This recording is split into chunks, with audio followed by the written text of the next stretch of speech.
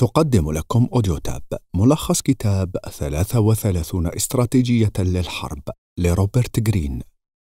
مقدمة: لقد كان مفهوماً عرفياً أن الشعوب المحبة للسلام هي أكثر من ينتصر في الحياة، وقليل فقط من الناس يدركون أن هذه الفكرة هي نفسها التي تعمل كحاجز يحول دون تحديد الأحكام التي لا غنى عنها لتحقيق الازدهار في تحديات الحياة اليومية. يوماً بعد يوم ستواجه نزاعات عديدة تتطلب الحاجة إلى الانخراط في صراع أو معركة مستمرة. إن العقل في الواقع قوي جداً ويمكنه تحقيق المعجزات، إلا أن العقل العاطفي المرير والمغموق بخوف من الماضي قد لا يرى العالم بوضوح، فيولد نتيجة لذلك استراتيجيات غير لائقة. في هذا الملخص سنستكشف استراتيجيات الحرب 33 التي تبناها روبرت جرين، والتي بإمكانها أن تشكل دليلاً للعبة الاجتماعية في الحياة اليومية استناداً إلى المبادئ العسكرية في الحرب. الجزء الأول: الحرب على الذات. الاستراتيجية الأولى: أعلن الحرب على أعدائك. استراتيجية التضاد. إن الكفاح جزء من الحياة لا مفر منه، فالأعداء منتشرون في كل مكان بشكل صريح في بعض الأحيان وبشكل ماكر في كثير منها. من المهم أن تتعرف على هؤلاء الأعداء وتبدأ من هناك بوضع الاستراتيجيات المناسبة، ولكن مرة أخرى يبدأ كل شيء من الداخل. يجب أن تواجه العالم بترقب مستمر لهذه المعركة. من مسؤوليتك أن تبرمج نفسك لتكون في ساحة المعركة أغلب الأوقات، وإلا فقد تكون هزيمتك سهلة وستبقى في الجانب الخاسر دائما. اكتشاف أن لديك العديد من الأعداء من شأنه أن يغريك لتتجه نحو الجانب الآمن، ويعني ذلك أن تتصرف وفقا لطرق العدو وتكون واحدا منهم. يجب أن تمنع حدوث ذلك، وإلا ستفقد هويتك. يقدم المغناطيس أفضل برهان على الاستراتيجية القطبية. الأقطاب المتقابلة تصنع الحركة. اعتبر أعداءك أقطابا معاكسة لك، وبدونهم قد تفقد الدافع لمواصلة سعيك في الحياة. الاستراتيجية الثانية: لا تخوض الحرب الأخيرة. استراتيجية حرب العصابة الذهنية. الواقع أن بعض الناس يبقون كثيراً على نجاحات ماضيهم على اعتقاد منهم أن أي تغيير من شأنه أن يعيق مثابرتهم. ليس من الخطأ أن تحتفل بإنجازات الماضي، ولكن وجود فكرة أن الاستراتيجيات السابقة هي الأفضل دائماً ليس مفيداً على الإطلاق. العقل المغفل في الماضي يصنع نسخاً غير واضحة من الواقع. قد يكون الماضي معلماً جيداً، ولكن لا ينبغي أن يكون هو محور التركيز والأساس الوحيد لجميع أفكارك وأفعالك الحالية. إليك بعض التكتيكات التي يمكنك استخدامها لإعادة النظر في كل مبادئك. فكر بناء على الحاضر. امحو ذاكرة الحرب الأخيرة التي خضتها، سواء كان انتصاراً أو فشلاً. اجعل كل حرب بداية جديدة. أبق عقلك يتحرك. كن حساساً بقدر ما تستطيع مع ما تقدمه الظروف الحالية وشق طريقك حولها. استوعب روح العصر. تكيف مع متطلبات الحاضر. وضع الاستراتيجية استناداً إلى الظروف الحالية وليس إلى نظريات الماضي. الاستراتيجية الثالثة: في خضم الاضطراب لا تفقد حضورك الذهني. استراتيجية التوازن. لا يتوقع منك أن تكون حذراً في الحرب. الكثير من الاهتمام هو بحد ذاته مظهر من مظاهر الخوف. لا تخف من ارتكاب الأخطاء أو من المخاطرة. إن الخوف لن يؤدي إلا إلى إعاقة حركتك للأمام. تذكر أن حضورك الذهني هو درع أساسي يتحدى ميولك إلى الابتعاد عن الصراع والعودة إلى منطقة الراحة، فهو يعزز ثقتك ويمنحك ضمانات بأنه يمكنك معالجة كل لقاءاتك بنجاح، والتعافي كذلك من أخطائك، ويساعدك على التغلب على الشكوك إذ يملأك بالعزم والدوافع. ولكن قد لا يكون من السهل تحقيق الحضور الذهني. الاستعداد هو المفتاح دائما، وهذا يعني أنك لابد وأن تنغمس في المعركة مقدما حتى تتمكن من توقع السيناريوهات المحتملة وتتصور مسارات العمل المناظرة أثناء الحرب الفعلية. على الرغم من الفوضى التي تصاحب هذه المعركة، لا ينبغي لك أن تفقد الثقة، لأنك ولا بد أن تعرف بالفعل ما الذي يتعين عليك فعله. لا تدع التشاؤم يؤثر عليك، بل حاول التأثير على الناس من حولك بهدوء. إليك بعض الطرق التي يمكنك من خلالها تعزيز قوة عقلك في أي نوع من المواقف. تعرض نفسك للصراع ومواجهة مخاوفك. كلما كانت تجربتك مع الصراع أوسع، كلما زادت ممارستك وقوتك. كن معتمداً على نفسك. جهز نفسك بالمهارات اللازمة بحيث لا تضطر إلى الاعتماد على الآخرين. تحمل التعامل مع الحمقى، فإنك ستواجه الكثير منهم في كل مكان، لذلك لا يجب أن تنفق كل مواردك المحدودة عليهم. لا تفرط في المشاركة. تخلص من مشاعر الذعر بالتركيز على المهام البسيطة. تصور أشياء سهلة ومألوفة لك لتبعد انتباهك عن القلق. تصور أن العدو أدنى شأناً منك. قم بتطوير حاستك السادسة. اتبع حدسك واتخذ قرارات سريعة بناء عليها. الاستراتيجية الرابعة: اصنع الإحساس بالإلحاح واليأس. استراتيجية أرض الموت. بالإضافة إلى إقامة وتعزيز الروابط مع الظروف الحالية، فكر في الحاضر على أنه لا يقدم أي نقطة رجوع، إما أن تقوم بكسره أو أن يكسرك هو. هذا لا يترك مجالاً لتضييع الوقت، وقد يكون الموت الذي لا مفر منه حافزاً جيداً لاستغلال الحياة من كل زواياها. هناك ظاهرة نفسية تسمى أرض الموت، حيث لا تقدم حالة معينة أي خيارات، والسبيل الوحيد للخروج من الفخ هو العمل دون الكثير من الصخب، وإلا فقد يكون الفشل أكثر توقعاً. هناك ضغط بطبيعة الحال، ولكن تأثيراته ستكون مفيدة في نهاية المطاف. إليك 5 أفعال يمكنها أن تضعك بسهولة في أرض الموت النفسية. اهدف إلى الحصول على كل شيء من رمية واحدة. قد يضع هذا الكثير على المحك، فلا يمنح أي مجال للفشل. لا تنتظر حتى تكون مستعداً لكي تتصرف. ادفع نفسك إلى الأمام واستفد من الضغط الذي تواجهه. اخرج من منطقة الراحة وواجه تحديات جديدة. اجعل الأمر وكأنه أنت ضد العالم. فكر دائماً أنك تضع شخصك كله في الخطر. وينصحك أيضاً روبرت غرين بألا تعطي لأعدائك فرصة الاحتفال بفشلك، وأن تبقي نفسك غير مرتاح وغير راض، وأن تتحدى نفسك باستمرار، وأن تعيد نفسك دائماً إلى وضعية أرض الموت. الجزء الثاني: الحرب المنظمة مع فريق العمل. تؤكد الاستراتيجية التالية على ضرورة فهم الفريق ككل فضلاً عن تشكيله. إن التصور الواضح لن يمهد الطريق أمام التغيرات فحسب، بل وسوف يحدد أيضاً استراتيجيات أفضل لتحقيق هدف الفريق. الاستراتيجية الخامسة: تفادى فخاخ التفكير الجماعي. استراتيجية القيادة والسيطرة. بما أن المنظمة تتكون من أشخاص مختلفين بشخصيات ونوايا وأهداف متنوعة، فمن المهم أن تكون أنت كقائد مدركاً لنقاط قوة وضعف فريقك. سيسمح لك هذا بمعرفة كيف تجمع كل جزء من سلسلة القيادة لتشملهم أكثر. ستزيد معرفتك بما يحدث من حولك وتتأكد من توجهك نحو هدفك. هذا ما ستقوم به دون الوقوع في فخ التفكير الجماعي. وعلاوة على ذلك، يجب أن تدرك أن رصد وتوجيه الجميع في نفس الوقت هو شيء خارج عن نطاق القدرات البشرية.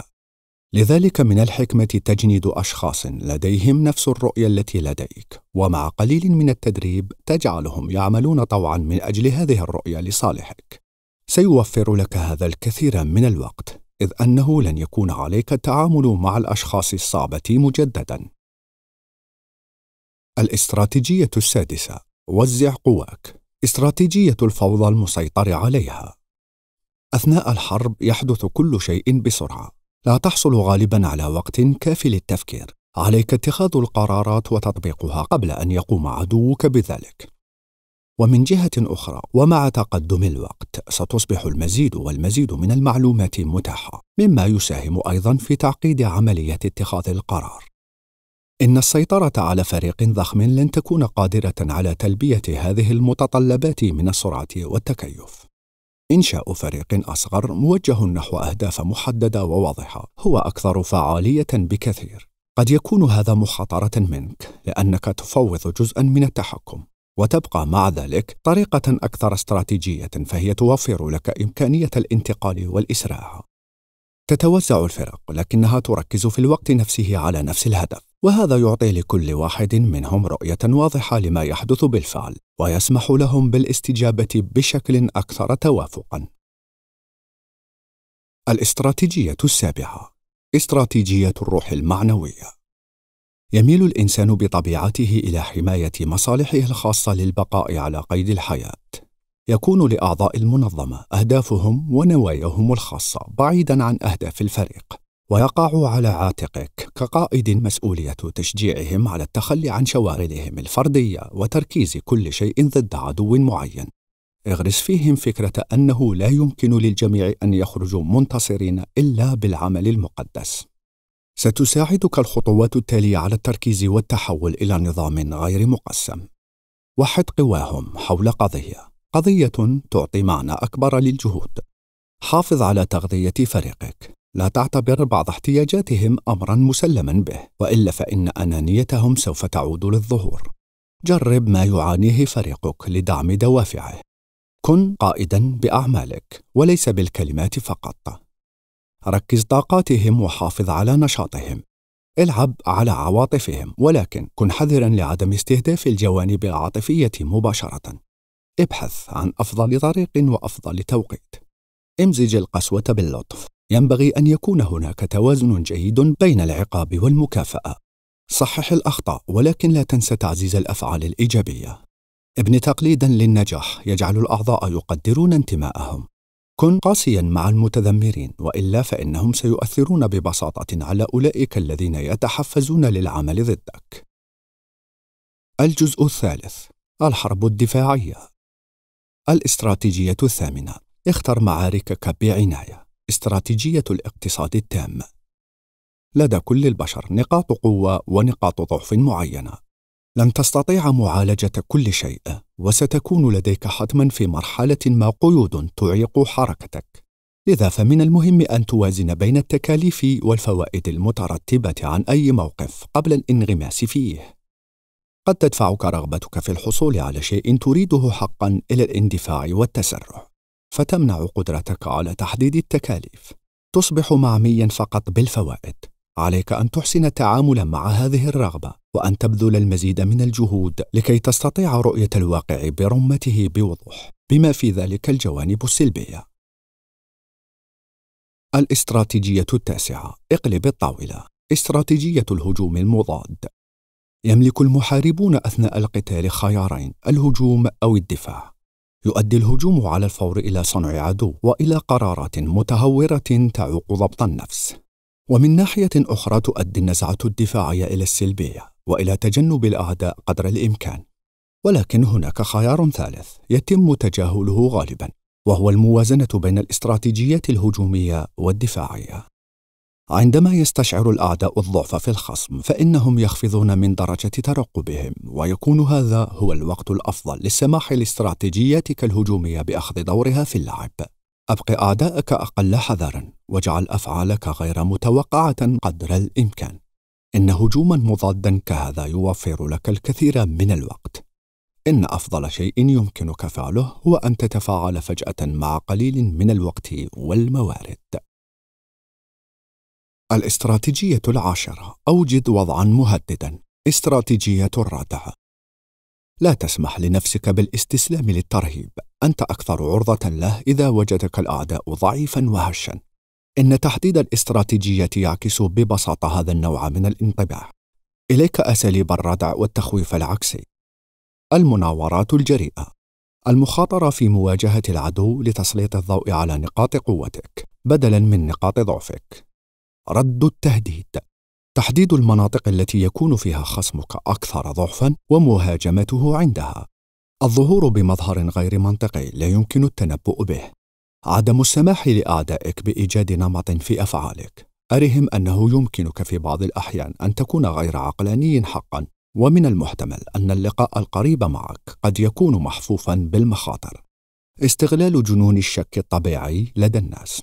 إبلاغ أعدائك عن نقاط قوتك بشكل غير مباشر. وكلما كانت المعلومات المتوفرة أكثر غموضاً كلما أصبحوا أكثر ذعراً. صنع سمعة مخيفة على مر السنين. الاستراتيجية رقم 11: قايض المكان بالزمان. استراتيجية فض الاشتباك. ليس التراجع علامة للضعف، بل هو إحدى طرق استغلال الموارد المتاحة لديك وتعظيم الاستفادة منها. أخرج من رأسك فكرة أن التقدم هو أفضل خيار دائما. إن التراجع يمهد الطريق لإعادة تقييم الوضع والاستراتيجية المعنية، فهو يوفر الوقت والجهد للحالات التي تستدعي العمل حقا. الجزء الرابع: الحرب الهجومية. هناك ببساطة أشياء لا يمكننا توقع حدوثها. التناقضات بين توقعاتك وما هو حقيقي يسمى احتكاك. من خلال ممارستك الاستراتيجية الهجومية تحصل على سيطرة أفضل وتصنع الظروف الفعلية بناء على توقعاتك، فيظهر الاحتكاك في جانب العدو. الاستراتيجية رقم 12: اخسر المعارك ولكن اربح الحرب. الاستراتيجية الشاملة. فكر مليا في هذه الأسئلة: إلى أين تريد الوصول؟ ماذا تريد أن يكون مصيرك؟ وإلى أين يمكن لمهاراتك أن تأخذك؟ فكر بعدها في المستقبل وتأكد أنك تخطو خطوات عديدة للأمام. انظر إلى وجهتك النهائية كأنها حرب كاملة وليس مجرد معارك صغيرة تسعى للتعافي منها. هذا ما يسمى بالاستراتيجية الشاملة، فالنتيجة النهائية أكثر أهمية من كل المراحل التي ستمر بها. إليك هذه المبادئ الرئيسية لتطبيق الاستراتيجية الشاملة. ركز على هدفك الأكبر، مصيرك ووجهتك. ابدأ بهدف محدد يتماشى مع واقعك. وسع زاوية نظرك للعالم، لا تحصر نفسك على ما تريد أن يحدث ببساطة. كن واقعياً قدر الإمكان. راقب عدوك وحلل ما يجعله يتصرف بالطريقة التي يتصرف بها. ركز على خطة طويلة الأمد واعمل بها. الاستراتيجية 13: اعرف عدوك. استراتيجية الاستخبارات. إن السطحية لا تكشف دائما عن كل أفكار المرء ونواياه. تجعل النرجسية المرء يميل إلى النظر للآخرين من زاوية تتوافق فقط مع قيمه وأهدافه. دائما ما ترى نفسك عبر أشخاص آخرين، وهكذا تتكون لديك صورة مشوهة للواقع. تذكر أن عقل خصمك هو عدوك الحقيقي، وأن امتلاك فهم دقيق لنقاط ضعف عدوك وطريقة تفكيره سوف يساهم إلى حد كبير في انتصارك. الاستراتيجية رقم 14: تغلب على المقاومة بالسرعة والمباغتة. استراتيجية الهجوم الخاطف.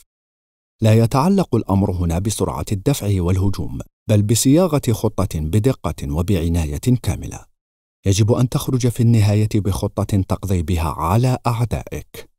ومن البداية ينبغي أن يكون هناك مستوى معين من النظام والاستراتيجية للاستفادة من السرعة والمباغتة في أفعالك. جهز نفسك وقم بتحليل خصمك بعناية. حدد نقاط ضعفه حتى تتمكن من إغرائه ودفعه لخفض حرصه ودفاعه، بينما تتظاهر بكونك عدواً ضعيفاً. هاجمه عندما لا يتوقع منك ذلك. مع تقدم الزمن تزداد وتيرة الحياة العصرية، مما يجلب معها المزيد من المعلومات، التأثيرات والاضطرابات اليومية.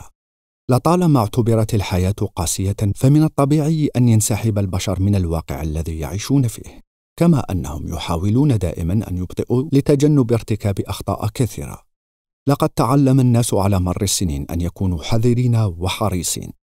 يبدو أن الهجوم الخاطف هو الاستراتيجية الأنسب في أوقات كهذه، حيث تستفيد من بطء الخصم وتباغته بهجوم مفاجئ، وبهذا لا تترك أمامه أي فرصة للحذر أكثر، فيضطر إلى الاستجابة باندفاع. سيصاب بالارتباك والحيرة، ما يقوده إلى دائرة من الخطأ وبالتالي إلى سقوطه وانهزامه. الاستراتيجية 15: سيطر على الديناميكية. استراتيجية الضغط. قد تواجه في مرحلة ما أشخاصا يريدون ممارسة السيطرة عليك. يمكنك عكس ذلك بسهولة، فقط باتباع هذه المبادئ الأساسية الأربعة لكي تحصل على السيطرة المطلقة. أبقهم منهزمين. خذ بزمام المبادرة قبل أن يقوم أعداؤك بذلك. حول ساحة المعركة. يمكنك إرباك أعدائك بجعل العوامل الأساسية غير مألوفة لهم. في النهاية سيبذلون جهوداً تصب في مصلحتك دون أن يدركوا ذلك.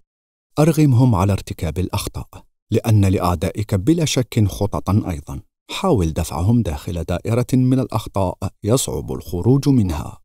السيطرة السلبية: دعهم يعتقدون أنهم المسيطرون، وبهذه الطريقة تجعلهم يخفضون من شدة حرصهم لفترة كافية. الاستراتيجية 16: اضربهم حيث يتألمون. استراتيجية مركز الجاذبية: يقال أن قوة الجاذبية تدعم الأرض وتحافظ على بقائها في مكانها. أثناء الحرب تكون قوة الخصم مستندة على عناصر معينة تعمل لصالحه تماماً مثل الجاذبية. انظر إلى ما هو أبعد من البديهي، وحدد ما هي العناصر التي تمثل مركز الجاذبية بالنسبة لهم، ثم استهدفها، فبدونها حتماً سيفقدون توازنهم وينهارون. الاستراتيجية 17: اهزمهم بالمفرق. استراتيجية فرق تسد. بدلاً من النظر إلى خصمك نظرة شاملة، حاول أن تفحص أجزاءه واكتشف كيف يمكنك أن تهزم كل جزء على حدة. قد تبدو هزيمة الكل عملية صعبة ومحبطة، ولكن من السهل بكثير التغلب على الأجزاء الصغيرة. بصرف النظر عن الأجزاء، يجب أيضاً أن تأخذ بعين الاعتبار التفاصيل التي تربط بينها. أثناء التغيير على سبيل المثال، يمكنك فقط أن تجعلهم يتكيفون مع التغيير إذا كنت تفهم ما سبب مقاومتهم. غالباً ما يكون الارتباط بالماضي هو السبب في مثل هذه الحالات، وبالتالي تأتي الحاجة إلى عزلهم عن ماضيهم. إن الارتباط بالماضي هو عاطفة طبيعية، لذا ينبغي عليك التعامل مع العواطف المشتركة من أجل كسر هذا الارتباط. الاستراتيجية 18: اكشف وهاجم الخاصرة الضعيفة لعدوك. استراتيجية الالتفاف: يميل الناس إلى تمويه نقاط ضعفهم من خلال عرض النقاط المعاكسة، وأكثر السبل فعالية للتغلب على هذا النوع من المواقف هو الهجوم بشكل غير مباشر. إن استهداف جبهات الخصم القوية لن يؤدي إلا إلى هدر وقتك وطاقتك، وهذا بالضبط ما يتوقعه أعداؤك. قد تحتاج إلى سلوك طريق أطول ولكن أكثر فعالية. خذ بعين الاعتبار المناطق الأقل توقعاً للهجوم، وفي نهاية المطاف وبسبب المفاجأة سيكشفون دون قصد عن ضعفهم، وسيجعلون ما تبقى من عملية الهجوم أمراً غاية في السهولة. الاستراتيجية 19: حاصر العدو. استراتيجية التدمير: عندما يشعر العدو بأنه لا توجد في الاستراتيجية ثغرة واحدة يستطيع الاستفادة منها، يبدأ في الضعف ويفقد السيطرة على الوضع. أي شكل من أشكال التلاعب بالعقل، سواء كان إيجابياً أو سلبياً، سيؤثر بقوة على الأفعال المترتبة. تذكر أن العقل مدافع قوي، ونظراً لهاتين الحقيقتين، فإن الظرف لا ينبغي أن يكون دقيقاً وصادقاً مادياً، بمجرد صنع شعور بالقبض عليه دون أي طريقة للهروب. راعي مشاعر الخصم، وسوف تلاحظ أن كل الأمور ستعود إلى نصابها بالطريقة التي توقعتها بالضبط. الاستراتيجية رقم 20: ناورهم حتى يضعفوا. استراتيجية الثمار اليانعة. كما ذكرنا سابقاً، كلما تقدمت في الحياة كلما أصبحت الظروف التي تدعوك إلى مواجهة الحروب حتمية ولا مفر منها. إن دخول تلك الحروب واحدة تلو الأخرى قد يكون مرهقاً حقاً. الاستراتيجية الحكيمة هنا هي إضعاف الخصم أولاً قبل الدخول في معركة حقيقية. فيما يلي 4 مبادئ رئيسية يمكنك من خلالها إضعاف أعدائك: وضع خطة محكمة، وتحليل الوضع برمته. جهز نفسك بخيارات أو بفروع مختلفة، هذا من شأنه أن يزودك بالمرونة اللازمة للتعامل مع كل ما يقدمه الموقف. امنح نفسك مساحة للمناورة، كن منفتحاً على الخيارات، جهز نفسك جسدياً ونفسياً. أعطي عدوك المعضلات وليس المشاكل. قد يكون حل المشاكل ممكناً، ولكن من المؤكد أن المعضلات سوف تجعل خصومك مرتبكين. وفر لهم الخيارات، ولكن تأكد من أن كل منها يصب في مصلحتك، وعلى هذا فإن أي شيء يختارونه يظل يؤدي بهم إلى الفشل. إنشاء الحد الأقصى من الاضطرابات. يقرأ الخصم كل تحركاتك بنفس الطريقة التي تقرأ بها أنت تحركاته. لا تمنحه من القيام بذلك، بل أرسل فقط معلومات غامضة لا معنى لها، وسيقوده هذا ببساطة إلى الفوضى والاضطراب المتصاعد.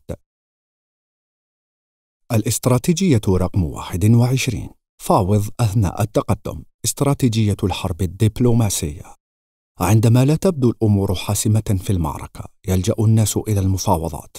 إن القوة التي أعددتها للمعركة لابد وأن تظل قائمة أثناء المفاوضات من أجل تحقيق هذه الأهداف، وهي تشمل عادة على التخطيط للسلطة والسيطرة على الموقف. فضلاً عن ذلك، يتعين عليك أيضاً أن تدرس خصمك بنفس الطريقة التي تحلل بها الوضع قبل المعركة. فالفهم الجيد لنقاط ضعفه وأهدافه سيمنحك ميزة تعزز قدرتك على المناورة. وعلى العكس من ذلك، يجب أن تتأكد من أنك تظل مبهماً بقدر الإمكان، بحيث لا يمكن لخصمك أن يتنبأ بأفعالك. سيمنحك هذا موقفاً أفضل حين تتفاوض من أجل تغيير الظروف لجعلها تعمل لصالحك. الاستراتيجية رقم 22: أعرف كيف تنهي الأمور. استراتيجية الخروج. ذكر نفسك دائماً بالغرض والهدف من وراء دخولك الحرب من المقام الأول. قم بإعادة عملية التقييم، وانظر إذا ما كنت قد حققت ذلك في النهاية. هدفك بالتأكيد ليس صنع أعداء يلاحقونك باستمرار. إن الفوز بالحرب ليس أهم شيء في نهاية المطاف، بل كيف تربح هذه الحرب، وما الأشياء المهمة التي صنعتها الحرب منك. وفي ضوء ذلك، يجب أن تعرف متى تتقدم ومتى تتراجع. إذا لم تشعر بأي شكل من الأشكال بأنك متجه نحو أهدافك، فمن الأفضل لك أن تتراجع، وإلا ستدرك الآثار السلبية متأخراً حين يكون من الصعب أو المستحيل علاجها. تذكر أن النهاية ليست أبداً طريقاً مسدوداً، بل هي مجرد بداية جديدة لفرصة أخرى. لذا ينبغي أن تنتهي الحرب بملاحظة إيجابية، تعمل أكثر كمعلم يرشدك في مساعيك المقبلة. الجزء الخامس: الحرب غير التقليدية. يجب على المحارب أن يتكيف مع الظروف المتغيرة بالتفكير المستمر في طرق جديدة للقتال. إن التمسك بالتقاليد قد لا يكون فعالاً مع تغير المطالب بمرور الوقت. تقدم الاستراتيجية التالية عدة ممارسات مفيدة ولكن غير تقليدية. الاستراتيجية رقم 23: اصنع مزيجاً متيناً من الواقع والخيال. استراتيجية التصورات الخاطئة. كلما زاد عدم وضوح تصرفاتك واستراتيجياتك، كلما كان ذلك أفضل، إذ يصبح من الصعب على أعدائك فهم الواقع. اتركهم لتفسيراتهم الخاصة بينما تتقدم للأمام. تذكر أن توقعات المرء قد تؤدي في بعض الأحيان إلى منعه من رؤية الحقيقة. ضع إذن استراتيجية حول هذه الفكرة. الاستراتيجية رقم 24: اسلك الطريق غير المتوقع. استراتيجية الاعتيادي الاستثنائي. قد يتوقع أعداؤك أفعالك من خلال الاستناد إلى مبادئ معينة من الأفعال والسلوكيات. اجعلهم يفشلون في توقعاتهم، وكن غامضاً قدر الإمكان. قم بتأسيس فكرة أنك تعمل بشكل تقليدي ثم اعمل بشكل استثنائي. ستصنع بينهم جواً من الارتباك والفوضى، مما يعيقهم عن تنفيذ الاستراتيجيات الصحيحة. الاستراتيجية رقم 25: سيطر على التفوق الأخلاقي. شكك في قيمة حملة خصومك وجهودهم، وابني لحملتك قيمة أفضل. اجعل هذه الحقيقة واضحة من خلال الدعوة بشكل استباقي للتحقيق في بعض نوايا عدوك وجعلها تبدو سيئة. استفد من بعض النقاط التي قد تسيء لسمعتهم. استعمل ذنوبهم للقضاء عليهم. الاستراتيجية رقم 26: احرمهم الأهداف. استراتيجية الفراغ. إن البشر يعملون دائما لتحقيق هدف معين. يتلخص الهدف النهائي للخصم بكل تأكيد في استهدافك أو هزيمتك من خلال إغرائك لمهاجمة نقاط معينة، يكون المقصود منها جعلك تسقط في فخه. لا تتخلى أبدا عن النجاح. افعل كل ما بوسعك لتجعل جهودهم عديمة الجدوى. اهدر مواردهم. دعهم يعودون منهزمين ومحبطين. إن مجرد التأثيرات النفسية الناجمة عن الفراغ قد تؤثر سلباً على استراتيجياتهم، وسيفعلون على نحو يائس أي شيء لمجرد تحقيق أي هدف. الاستراتيجية رقم 27: استراتيجية التحالف. ربما تكون قد أدركت بالفعل أهمية الحصول على التحالفات من أجل تحقيق اللامركزية في بعض مهامك، ولكن هذا لا يعني ببساطة التحالف مع من هو متاح. لا ينبغي أن يكون الجانب العاطفي غالباً في مثل هذا الوقت. فضلاً عن ذلك، إن الزيادة في العدد لا تضمن الجودة، ولا بد أن يكون هناك توازن سليم بين الجودة والكمية. تذكر أيضاً أنك تدفع الحلفاء إلى إطرائك مؤقتاً، وبعبارة أخرى يجب أن تكون قادراً على القيام بالأشياء التي لا يمكنك إنجازها بنفسك، وامتلاك بعض الموارد التي تفتقر إليها. ولكن كما في أي علاقة أخرى، يجب أن يكون هنالك تبادل، لذا عليك أن تكون قادراً على تلبية مصلحتهم الذاتية لتضمن دعمهم. الاستراتيجية 28: استراتيجية التفوق على الآخر. لا يأتي كل الأعداء من الخارج، إنما قد تجدهم في بعض الأحيان في أماكن لا تتوقعها. ربما تعمل مع أشخاص لتحقيق نفس الهدف، ولكن رغم هذا لا ينبغي أن تفرط ثقتك بهم. قد يكون هناك من يجيد التظاهر في كونه حليفك بينما يعمل من أجل مصالحه الشخصية فقط، تماماً كما هو موصوف في الاستراتيجية السابقة. تغلب عليه من خلال جعله يشعر بأنه أدنى مرتبة منك وشكك في قدراته. لن تحتاج بعد ذلك إلى فعل أي شيء آخر، لأن الوضع سيسير تلقائياً على مساره. لا يفيد الشك صاحبه في أي شيء، وستجده في نهاية المطاف يرتكب أخطاء لا نهاية لها، وسيدرك أخيراً هزيمته المحتمة، ولن يكون هناك أي شخص آخر ليلومه سوى نفسه. عندئذ يمكنك عزله دون أن تظهر بمظهر قاس. الاستراتيجية 29: خذ قضمات صغيرة. استراتيجية الأمر الواقع. التغلب على شيء ما ليس دائما على نفس القدر من الوضوح. حين يظهر الحسد، لا يستطيع البعض ببساطة أن يقدروا نجاحاتك، بل يتمنون لك السقوط بدلا من ذلك. حتى لا تدفع إلى خفض معاييرك، حافظ على طموحاتك، ولكن يتعين عليك أن تغير طريقة تقدمك. إن أخذ قضمات صغيرة هو الطريقة الأنسب لتحقيق ذلك، ولكن هذا الأسلوب يتطلب أن تكون واضحاً جداً في أهدافك من البداية.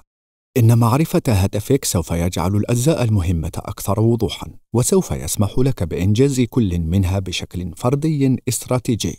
والواقع أن هذه الاستراتيجية دقيقة للغاية، ولا تستحوذ على قدر كبير من الاهتمام.